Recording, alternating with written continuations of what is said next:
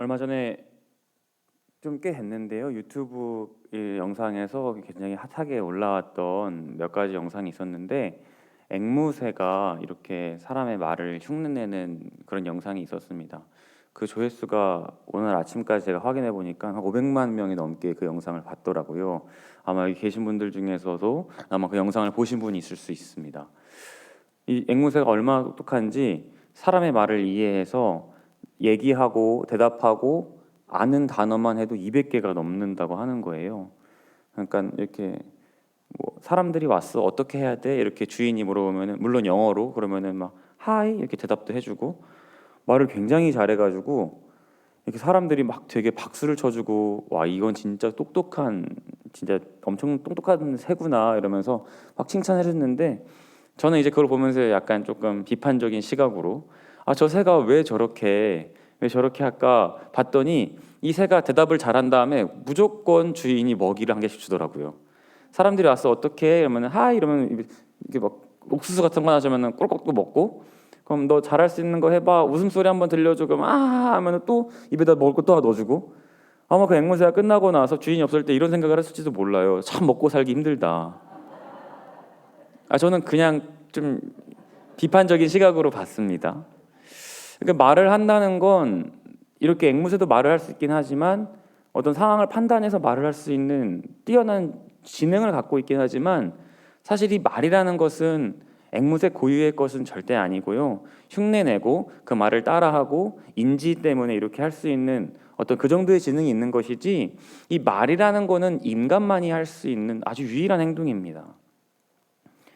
이런 언어라는 것을 통해서 얘기할 수 있다는 것은 인간만 가능한데 왜 그러냐? 하나님이 말씀으로 사람을 창조했고 물론 우리를 빚으셨지만 천지를 창조하신 것이 하나님의 고유의 역할이셨고 그리고 그 말씀으로 모든 걸 만드시고 보시기에 좋았더라 하셨는데 우리가 그 하나님의 자녀이고 형상이기 때문에 우리가 말을 할 수 있다는 사실입니다. 요한복음에 이렇게 시작하죠. 말씀이 있었다.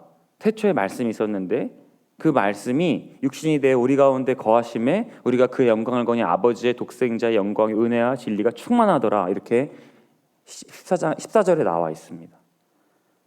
다시 말해 이 말하는 것 어떻게 보면 우리가 기도하는 것도 말로 시작하는 것 아닙니까?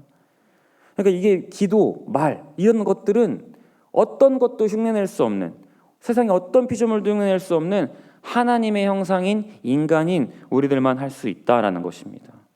이렇게 하루의 첫 시작을 기도로 시작하는 이 자리에 모인 모든 성도님들 가운데 하나님의 자녀, 하나님의 형상으로서의 삶이 앞으로 계속 이어지시기를 주님의 이름으로 축복합니다.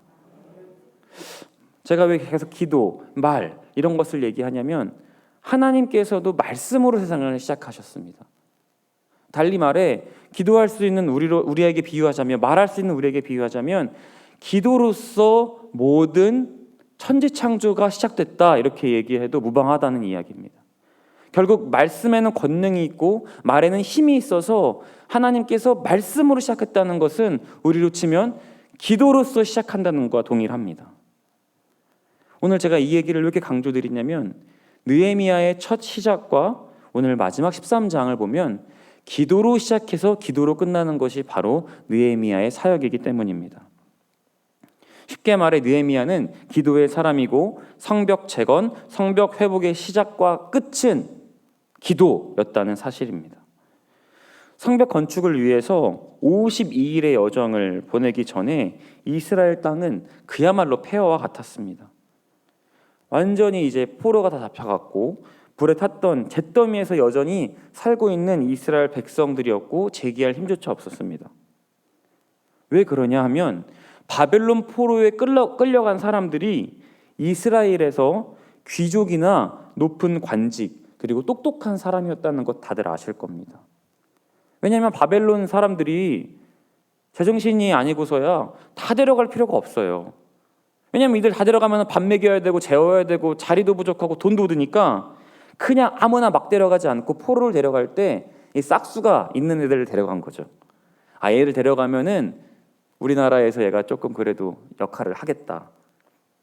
국고를 들여서 이 사람들을 데려가는데 굳이 다 데려갈 필요가 없기 때문에 좀 소위 말해 어중이 떠중이들은 그냥 남겨놓고 다니엘과 같이 청명한 어린이들, 미래가 아주 촉망되는 아주 눈빛이 반짝거리고 공부를 가르치면 습득이 쫙 빠른 그런 사람들, 그러니까 귀족과 관직들, 이런 유능한 사람들을 데리고 왔습니다.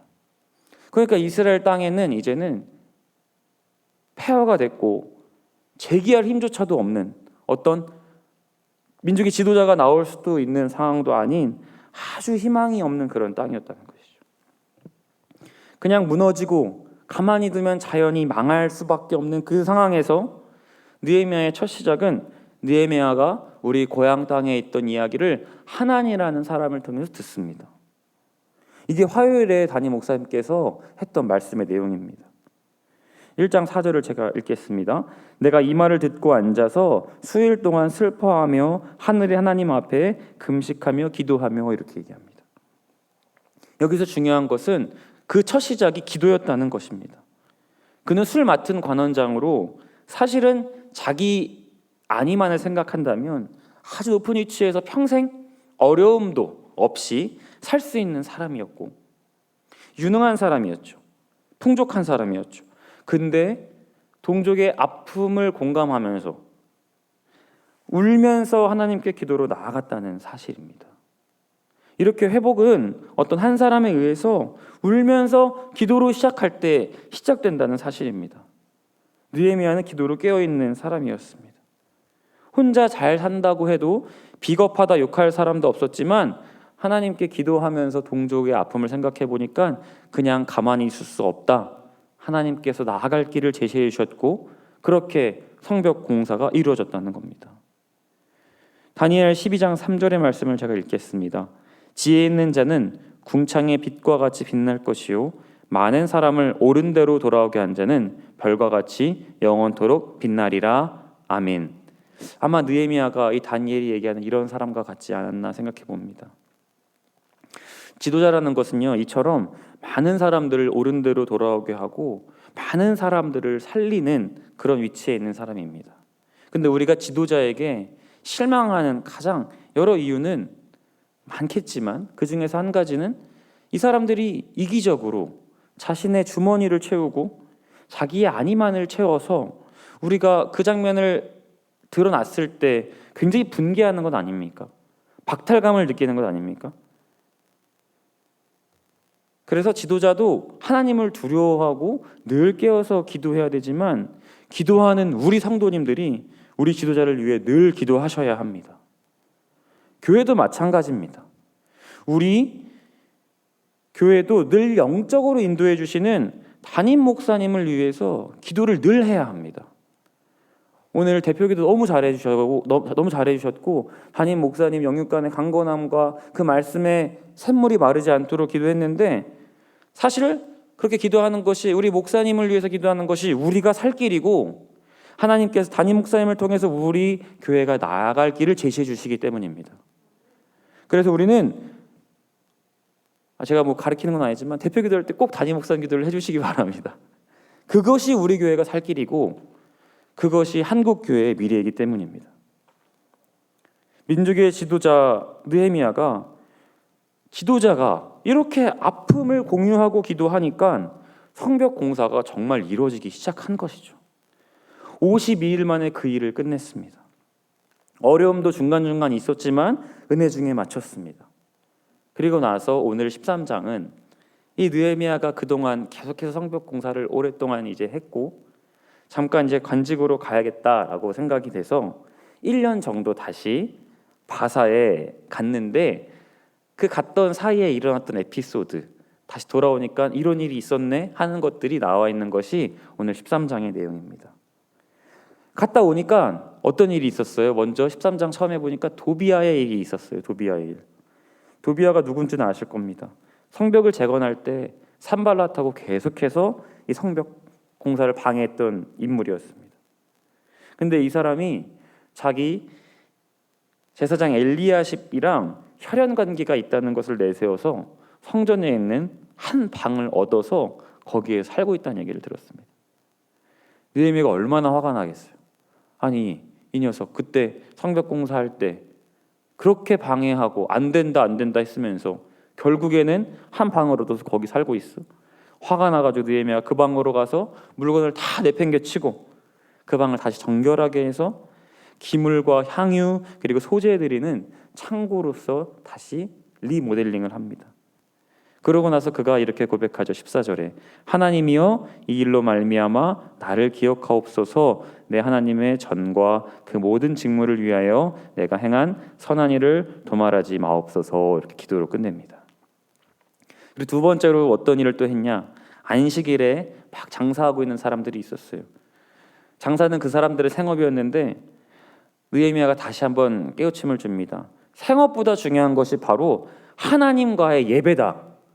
우리 정신 차려야 된다. 안식일을 거룩하게 지켜야 된다. 이러면서 막 장사하는 사람들에게 다음에 한 번 더 오면 내가 너 안에 잡아버리겠다. 이렇게 진짜 세게 얘기를 합니다. 그러면서 또 22절에 다 그 일을 마치고 나서 하나님 나를 위하여 이 일도 기억해 주시고 주의 은혜대로 나를 아끼옵소서 이렇게 기도합니다. 그리고 마지막은 이방 여인들과 기도하지 말라고 하면서 우리가 같이 오늘 성경을 교독하면서 마지막에 읽었는데 이방 여인들을 떠나라 하고서 오늘 읽었던 본문처럼 마지막에 이렇게 감사 기도를 하면서 이렇게 느헤미야가 책이 끝납니다. 이 개혁과 회복을 위해 많은 역할을 한 느헤미야의 특징을 다시 한번 강조하면 이 모든 일을 끝낼 수 있기까지 시작부터 끝낼 수 있어까지 그 원천은 바로 기도에서 출발해서 기도에서 끝난다는 것입니다. 사랑하는 성도님들, 우리도 회복을 기대하고 있지 않습니까? 그건 오늘 말씀을 통해서 우리가 뭐부터 해야 한다는 딱 깨달음이 있습니까? 바로 기도부터 해야 합니다. 그렇게 새벽 회복을 위해서 새벽 첫 시작을 기도로 함께 하시는 이 모든 성도님들 가운데 주님의 은혜가 넘치기를 주님의 이름으로 축복합니다. 오늘 첫 시작을 우리가 첫 시작을 하루를 여는데 하나님께 아뢰고 기도하고 선포하고 나는 잘 될 것이다. 하나님 이끌어 주실 것이다. 사업, 가정, 직장, 학업, 건강의 문제를 주님께 아뢰고 나갈 때 우리 주님께서 느헤미야에 나왔던 얘기처럼 선하게 이끌어 주실 줄 믿습니다. 그리고 아까 했던 이야기지만 지도자를 위해 늘 기도해 주시고 우리 교회 영적인 리더 되신 담임 목사님을 위해서 늘 항상 부르짖고 기도해 주시길 바랍니다. 그것이 우리가 살 길이고 그것이 그 말씀을 통해서 우리가 회복되는 또 첫 걸음임을 기억하는 저 여러분 되기를 주님의 이름으로 축복합니다. 기도하겠습니다. 하나님 아버지, 느헤미야의 말씀을 통해 회복의 처음과 끝인 기도라는 사실을 다시 한번 깨닫습니다. 우리의 삶의 자리에서 다시 한번 회복이 일어나길 원합니다. 그렇게 이 자리에서 주님께 부르짖으며 기도하기 원합니다. 특별히 우리 담임 목사님 붙들어 주시고 담임 목사님을 통해서 흘러오는 영적인 메시지로 우리의 삶이 완전히 회복되게 하여 주옵소서. 존귀하신 예수님 이름으로 기도합니다. 아멘.